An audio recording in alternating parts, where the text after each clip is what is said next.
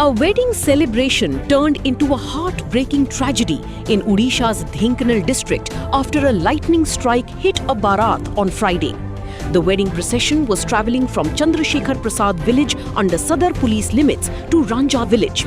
According to reports, the barat was just about 5 minutes away from reaching the bride's house when lightning suddenly struck near Ranja Square.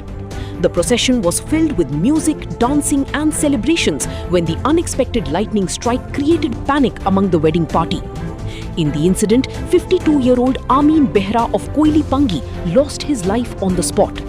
Two others, Tapan Jena and Manoj Dehuri, sustained critical injuries and were immediately taken to the Dhenkanal district headquarters hospital.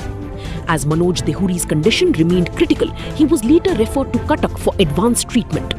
The tragic incident has left both families and the local community in deep shock, turning what was meant to be a joyous occasion into a day of grief.